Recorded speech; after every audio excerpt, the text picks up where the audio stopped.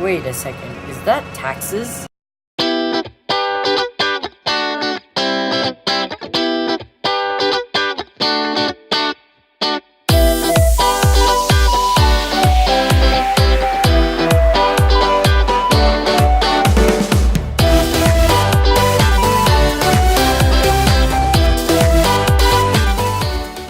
Hey, my name is Praneeth from Pack Economics, and today we are going into the world or galaxy of Star Wars. Everyone else couldn't come today, so they're going to be helping us out through this crazy new innovation called a site to site intertelecommunication mobile handheld data capable touchscreen multifunctional device, also known as a phone.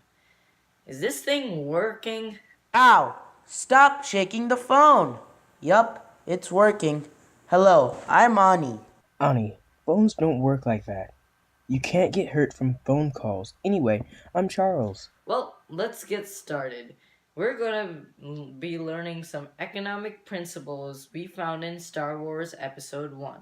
So start your engine and set your coordinates, because we're going to the distant galaxy of economics.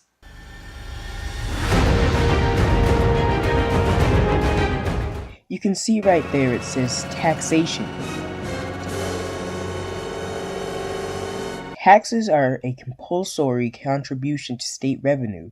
Basically, you're paying the government so they can fund all the things that help the country and us survive. People usually don't like paying taxes, obviously. The Trade Federation thought tax on trade was too high and didn't want to pay it. So they're doing everything in their power to revolt, including a blockade over Naboo. Let's fast forward a bit.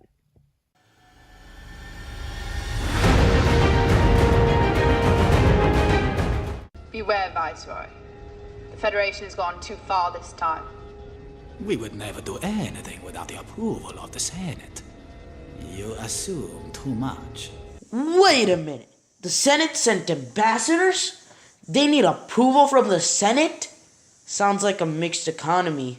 A mixed economy is where the government is involved, but doesn't control the flow of the economy. In this galaxy, the Senate obviously cannot control all the trade in the entire galaxy.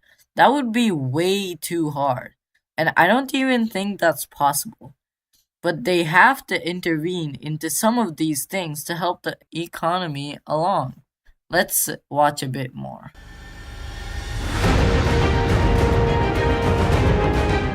I have the Grand Generator.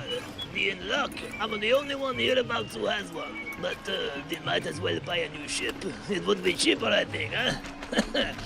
Did you catch that? He's the only one who has one. That means the demand is inelastic. If he increases the price, the demand won't change a lot because people need the hyperdrive generator.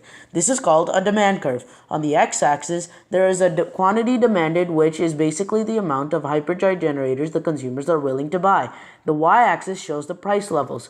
Let's say the main price of a hyperdrive generator would usually be about 15,000 Republic credits. We then put two prices above 15,000 like 16,000 and 17,000 and two prices under it like 14,000 and 13,000. At 17,000 maybe the demand is 8. and 13,000 the demand is 9. If we draw a line between these two, you will see the demand curve. We can find out if it is elastic or not with this equation. If we come up with a number that is less than 1, then the demand is inelastic. If it is exactly 1, then it is unit elastic, which means for every price change, the demand changes the same amount. If the demand is more than 1, the demand is elastic, which means a small price change can affect the demand greatly. Also, the reason that the price is greater than the actual ship is because the demand is really high and the seller can sell for a high price. Shift factors affect the whole graph. Let's say that the original demand curve was here when there were other sellers, but when, for some reason, the other sellers go away, the whole demand curve shifts up. This shift factor is called price of related goods, and there are no substitutes that people can go to.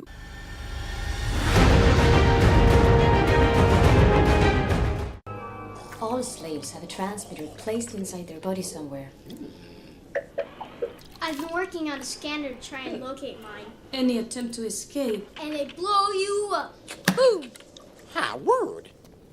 I can't believe there's still slavery in the galaxy. The Republic's anti-slavery laws are... The Republic doesn't exist out here. The government sells price floors, which are basically limitations. They literally say that the price cannot go below a certain price. The most famous and controversial is minimum wage. The government set a minimum wage, which is basically the lowest you can pay a worker, so that there is no slavery like on Tatooine. Everyone can have at least some money.